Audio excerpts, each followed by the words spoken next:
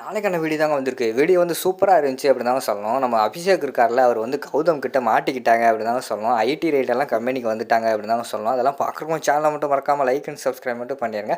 First எடுத்தோடனே ஆஃபீஸ்க்குள்ளே வந்து நம்ம கௌதமும் மதுமிதாவும் வர்ற மாதிரி தான் காட்டிகிட்டு இருக்காங்க. இதாங்க என் ஆஃபீஸ் அப்படிங்கிற மாதிரி சொல்லிட்டு இருக்காங்க. உள்ளே போகிறாங்க, வாட்ச்மேனே இல்லை. இந்த வாட்ச்மேன் எங்கே போனான்னு தெரில, நைட் நேரம் கூட ஒழுங்காக இருக்க மாட்டேக்கான் அப்படின்னு சொல்லிட்டு கௌதம் வந்து உள்ளே போய்கிட்டு இருக்காங்க. உள்ளே போனவொடனே அந்த ஹால்குள்ளே போகிறாங்க. அதாவது மீட்டிங் எல்லாம் நடக்கும்ல, அந்த ஹால்குள்ளே போகிறாங்க. அப்போ தான் வாட்ச்மேன் ஓடி வராரு. சார் சார் வெளியில் சும்மா கடை வரைக்கும் போயிட்டு வந்தது சார் அப்படிங்கிற மாதிரி வந்து சாரி கேட்காரு. இங்கே பாருங்கள், நைட் நேரத்தில் ஆஃபீஸை விட்டு எங்கே போகிறீங்க, ஒழுங்காக இனிமேல் வந்து ஆஃபீஸில் இருந்து பழகுங்க, இதான் உங்களுக்கு லாஸ்ட் வார்னிங், சரியா போங்க அப்படிங்கிற மாதிரி சொல்லிட்டு இருக்காங்க. சரி தேங்க்யூ சார் அப்படின்னு சொல்லிட்டு வாட்ச்மேன் வந்து போயிடுறாரு.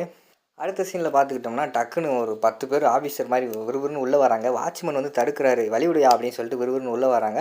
ஐயோ இவங்க வேலை இப்படி போய்கிட்டு இருக்காங்களே அப்படின்னு சொல்லிட்டு வாட்ச்மேன் வந்து பயந்துக்கிட்டு இருக்காங்க. டக்குன்னு நம்ம கௌதம் இருக்கிற ரூமுக்கே வந்துடுறாங்க. சார் யார் சார் சொல்லுங்கள் அப்படிங்கிற மாதிரி கேட்டவொடனே, நாங்கள் வந்து income tax officer sir, IT raid பண்ண வந்திருக்கோம் அப்படிங்கிற மாதிரி சொன்னோன்னே, என்ன சார் சொல்கிறீங்க அப்படிங்கிற மாதிரி கேட்காங்க. ஆமாம் சார், உங்கள் கம்பெனிலேருந்து டேக்ஸில் பயங்கரமான குளறுபடி நடந்திருக்குன்னு வந்து எங்களுக்கு ரிப்போர்ட் ஆகிருக்கு, அதை பார்த்துட்டு போகலான்னு தான் வந்திருக்கோம் அப்படிங்கிற மாதிரி சொன்னோடனே நம்ம கௌதம் வந்து சொல்கிறாரு, சார் இங்கே பாருங்கள் சார், அப்படியெல்லாம் இங்கே நடக்காது, இது ரொம்ப வந்து ஜென்யூனான கம்பெனி, நான் தான் ரன் பண்ணிக்கிட்டு இருக்கேன். அது மட்டும் இல்லாமல் ஐடி சம்மந்தமான எல்லா வேலையுமே என் தம்பி அபிஷேக் தான் பார்த்துக்கிட்டு இருக்கான், அவனும் என் சொந்த தம்பி தான், அந்த மாதிரிலாம் பண்ண மாட்டான் சார் அப்படிங்கிற மாதிரி சொல்லிட்டு இருக்காங்க. சரி சார், நீங்கள் அப்படின்னா டாக்குமெண்ட்டெல்லாம் என் முன்னாடி வைங்க, எல்லாத்தையும் நாங்கள் பார்த்துட்டு அதில் குளறுபடி இருக்கா இல்லையான்னு சொல்லிட்டு நாங்கள் செக் பண்ணி சொல்கிறோம் அப்படிங்கிற மாதிரி வந்து அந்த ஆஃபீஸர்லாம் சொல்கிற மாதிரி காட்டிக்கிட்டு இருக்காங்க.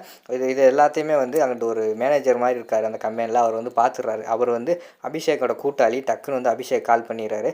டேய் அபிஷேக், உங்கள் அண்ணன் இங்கே பயங்கரமான கோவத்தில் இருக்காரா அப்படிங்கிற மாதிரி சொன்னோடனே அபிஷேக் வந்து கேட்காரு, என்னாச்சுடா அப்படிங்கிற மாதிரி கேட்டவொடனே, ஐடி ரைடு வந்துட்டாங்களா அப்படிங்கிற மாதிரி சொல்கிறாங்க. டே என்னடா சொல்கிற அப்படின்னு சொல்லிட்டு அபிஷேக் வந்து பயப்படுறாரு.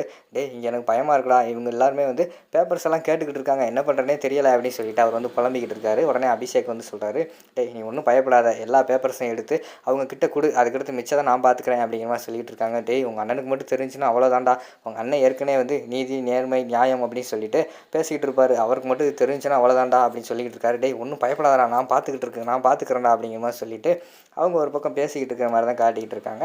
அடுத்த ஃபோன் கரெக்டாக வந்து நம்ம கௌதம் வந்து அபிஷேக்கே கால் பண்ணுறாரு. ஆனால் சொல்லுண்ணா அப்படிங்கிற மாதிரி சொல்கிறாங்க. டேய் என்னடா பண்ணிக்கிட்டு இருக்க அப்படிங்கிற மாதிரி அபிஷேக் கௌதம் கேட்காரு.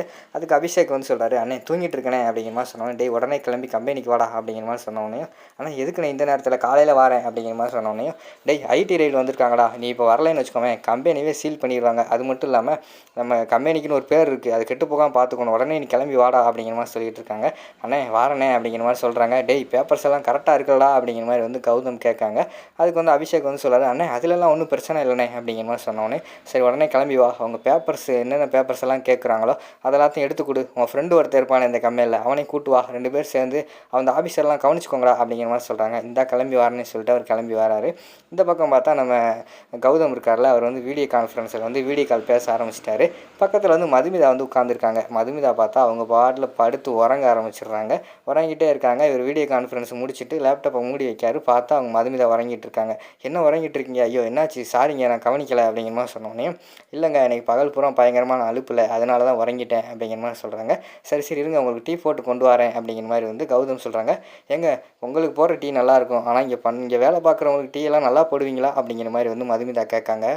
ஏங்க என்னங்க நினச்சிக்கிட்டு இருக்கீங்க, எனக்கு கொடுக்குற டீ தான் இங்கே எல்லாத்துக்கும் கொடுக்கணும்னு சொல்லிட்டு நான் வந்து ஸ்ட்ரிக்டாக ஆர்டர் போட்டிருக்கேன், சரியா இருங்க உங்களுக்கு டீ போட்டு கொண்டு வரேன் அப்படின்னு சொல்லிட்டு அவர் வந்து வெளியில் போகிறாரு. அந்த நேரத்தில் வந்து அபிஷேக் வந்து வந்துடுறாரு. டேய் அபிஷேக் என்னடா இவ்வளோ நேரம் ஆயிடுச்சு, அவங்க பாரு ஆஃபீஸெல்லாம் வெயிட் பண்ணிக்கிட்டு இருக்காங்க, பேப்பர்ஸ் எல்லாம் கரெக்டாக இருக்குல்லடா அப்படிங்கிற மாதிரி திருப்பி கேட்காங்க. ஆனால் எல்லாமே கரெக்டாக இருக்குது அப்படிங்கிற மாதிரி சொன்னோன்னே, சரி சரி டக்குன்னு எல்லாத்தையுமே எடுத்து கொடுத்து அவங்கள நீ பார்த்துக்கோ, சரியா நான் வந்து அங்கே ஹோட்டல் ரூமுக்கு கிளம்புறேன், அன்றைக்கி வந்து தூக்கம் வருதுன்னு சொல்கிறாங்க, நான் கிளம்புறேன் அப்படிங்கிற மாதிரி சொல்கிறாங்க. சரிண்ணே நான் பார்த்துக்கிறேன் அப்படின்னு சொல்லிட்டு அபிஷேக் சொல்கிறாங்க. சரின்னு சொல்லிட்டு டீ குடிச்சிட்டு கிளம்புன்னு சொல்லிட்டு நம்ம கௌதம் வந்து டீ எடுக்க போயிடுறாரு. அந்த பக்கம் பார்த்தா நம்ம மாயா இருக்காங்கல்ல, மாயாவும் ஜீவாவும் வந்து ஃபஸ்ட் நைட் எல்லாம் கொண்டாடுற மாதிரி காட்டிக்கிட்டு இருக்காங்க ஹனிமூனில். அடுத்து திருப்பி இங்கிட்டு வந்துடுறாங்க. டீ குடிச்சிட்டு அவங்க நம்ம இவங்க இருக்காங்கல்ல, அதாவது நம்ம கௌதம் மதுமிதா இருக்காங்கல்ல, அவங்க வந்து சரிங்க வாங்க இங்கே ஹோட்டலுக்கு போவோம் அப்படிங்கிற மாதிரி சொல்லிவிட்டு அவங்க வந்து கிளம்ப போகிறாங்க. அந்த நேரத்தில் தான் வந்து கௌதமுக்கு வந்து ஃபோன் வருது. யார்கிட்ட இருந்து வருதுன்னு பார்த்தா சந்தோஷ் தான் கால் பண்ணுறாரு. கால் பண்ணிவிட்டு, டேய் மச்சான் எங்கடா இருக்க, நான் இங்கே ஹோட்டலில் தான்டா இருக்கேன், நீ ஹோட்டல்லே வரவே இல்லையடா அப்படிங்கிற மாதிரி கேட்டவொடனே, இதான் வந்துக்கிட்டு இருக்கேன்டா அப்படிங்கிற மாதிரி சொல்கிறாங்க.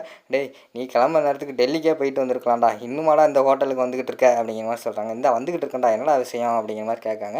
இல்லை மச்சான் ஒரு முக்கியமான விஷயம், உடனே வந்து நீ வந்து வந்து குலதெய்வம் கோயிலுக்கு கிளம்பி ஆகணும்டா, ஒரு பெரிய பிரச்சனைடா அப்படிங்கிற மாதிரி சொல்கிறாங்க. என்ன மச்சான் சொல்கிற அப்படின்னு கௌதம் கேட்காங்க. மச்சான் எதனாலும் கிளம்பி நீ வந்து ஊருக்கு வா, நான் வந்து சொல்லிடுறேன், குலதெய்வம் கோயிலுக்கு உடனே கிளம்பி வா அப்படிங்கிற மாதிரி சொல்கிறாங்க. இதோ நான் கிளம்புறேன்டா அப்படிங்கிற மாதிரி சொன்ன உடனேயும் மதுமிதா கிட்ட வந்து சொல்கிறாங்க, ஏங்க நீங்கள் ஒன்றும் தப்பாக நினைக்கலாம், நம்ம அப்படியே ஹோட்டலுக்கு போக வேண்டாம், நம்ம வந்து குலதெய்வம் கோயிலுக்கு போகணுங்க அப்படிங்கிற மாதிரி சொன்னோடனே பரவாயில்லைங்க அங்கேயே போகலாம், என்னன்னாலும் பரவாயில்ல, எனக்கு வந்து ஹோட்டலுக்கு போகக்கூடாது அப்படின்னு மனசுக்குள்ளே நினச்சிக்கிட்டு மதுமிதா வந்து நம்ம வந்து அதாவது சொந்த ஊரில் வந்து குலதெய்வம் கோயிலுக்கே போவோம் அப்படின்னு சொல்லிட்டு அவங்க வந்து பிளான் போடுற மாதிரி தான் காட்டிக்கிட்டு இருக்காங்க. அதோட பார்த்தீங்கன்னா அந்த எபிசோட் வந்து முடிச்சிடுறாங்க.